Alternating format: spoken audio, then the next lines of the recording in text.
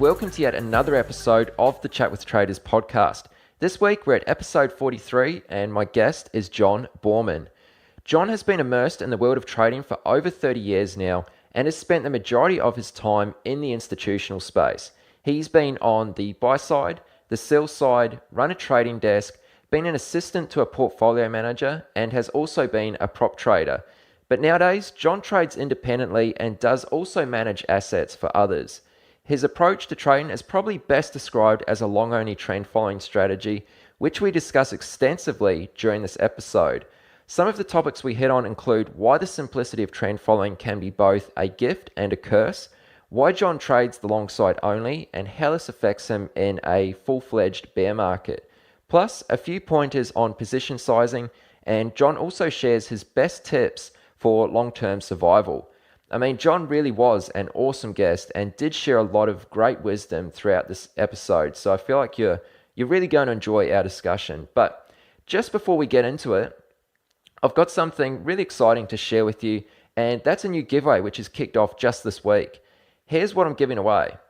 A free 90-minute one-on-one mentoring session with one of the Chat with Traders coaches, and there will be 3 winners, seeing as there are 3 coaches, who I introduced you to the other week. They are Chris Sace, Zach Hurwitz, and Brad Jelinek. Each really great traders who take this business very seriously, and they've also previously featured on the podcast too. This giveaway is your opportunity to leverage their many years of real market experience with a one-on-one conversation purely focused on how you can become a better trader. So if you'd like to seize this opportunity and enter for a chance to win, just go to chatwithtraders.com/win. That's WIN and enter your email address. And the cool part about this is, once you enter, you'll instantly receive a unique URL. Share this URL as much as possible, because for every person who enters after clicking your unique URL, you'll receive an additional 9 entries. And of course, that'll dramatically boost your chances of winning. So just in case you missed it, go to chatwithtraders.com/win. That's WIN to enter now. The giveaway will close on the 7th of November this year, of course, being 2015, just for anyone who's listening at a later date. All right, guys, let's get into it. I'm your host, Aaron Fifield, and here is this week's guest, John Borman. Hey, John, welcome to the podcast. How are you? Very good. Thank you. Thanks for having me.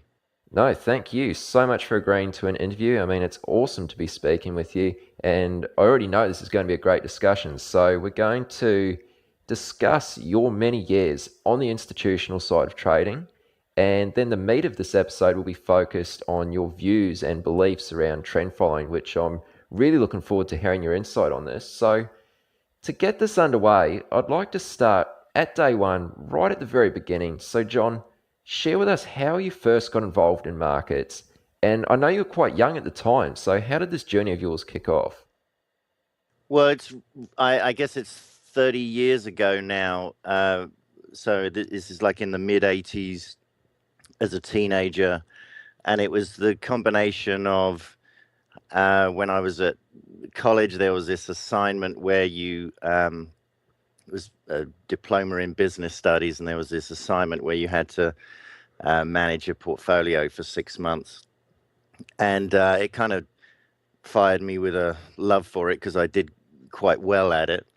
And you also have to remember that this was in the UK, and at the time, under Mrs. Thatcher's Conservative government, there was a real big push of share ownership. Lots of nationalized industries were being privatized. So I think British Gas, British Telecom, all these new issues where the public bought into them.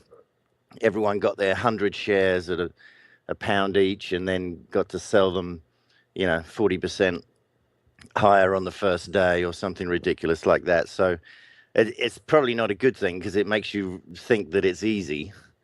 And that was definitely a good market in the mid-'80s up until '87. So that was kind of my first experience of things, trading for myself. And having done well in that thing at college, I wanted to then open up an account of my own with a broker, which I did. And obviously I was still ridiculously young and naive, and made all the mistakes that novice traders do. And actually, I kept trading until I got my first job when I finished college. I started working at Schroders, which is a big asset manager in the UK, in the back office, and that was in '87. And I continued to, on the side, trade for myself. And of course, I was right in the thick of it, trading in and through the crash, and that pretty much wiped me out, and got almost scared of it, I guess, and kind of then backed off and didn't trade probably for another couple of years after that, and just got on with doing my job there, which initially, as I said, was in the back office, but then I later moved up to become in the asset management arm. I became an assistant to a portfolio manager, and that then really introduced me more to that institutional side with them of how they deal with things. Okay, excellent. Now, one of the things you mentioned right at the very beginning there, which piqued my interest, was you said that you made a lot of mistakes early on. So, would you mind sharing maybe just a couple of those mistakes? Well, I mean, they really all stem from just not having a plan, really. I mean, you're just kind of flying by the seat of your pants, just not really truly having a methodology, having researched it. And what that probably all stems from is just being too, well, not being patient enough to be able to actually study this and truly learn. And instead, you end up learning by making mistakes, the hardest way of all, by losing money. So it would be, I'm sure I used to buy into the whole buy low, sell high mentality, trying to time the market. Just so much of what I don't do now, So and I often find that on social media now, when I'm talking about things to not do, sometimes it's me talking to myself. It's almost like you're reinforcing your process, reminding yourself at the same time as others that that I've discovered the hard way what works for me. Absolutely. Okay. So, now just going back to your career in the early days there. So, how did you first get your foot in the door at the back your job at the back office there? Like, how did you get into that job? I mean, was it fairly easy for you to pick that up, or tell us a little bit about that? I mean, it's a very different era, and as I said, that was a time of great expansion and growth within that industry. So there were a lot of there are a lot of people hiring. I mean, I put out applications to a lot of people. I think I sent out like 50 different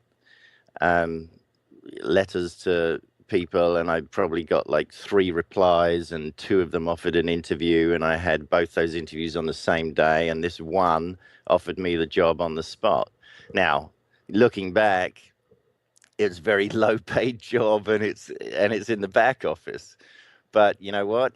It meant you're in, and it then took me a while to realize exactly where I was within that organization, and I'm seeing all these trades coming through, which I'm then helping to settle and to do the admin for those. And then I suddenly realized, well, I want to be on the other side of this transaction. I want to be the one either trading this or deciding the allocation, and so I looked into that. So I guess it made me realize I had an opportunity within that organization if I wanted to take it, and I was quite ambitious at the time, and so I would look at these other jobs internally, and they would require these other qualifications that I didn't have, or rather skills that you needed, which now in this day and age will seem ridiculously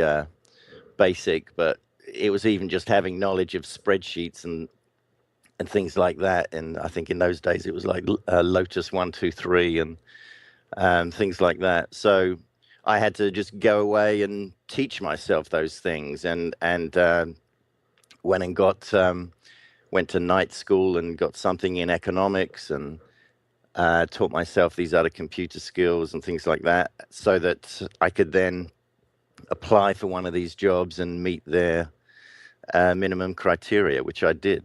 And that, I mean, that was a big break for me, because then I really got to see that side of the business. I mean, I was talking to, you'd occasionally talk to clients, you'd be preparing client presentations, the performance reports, doing portfolio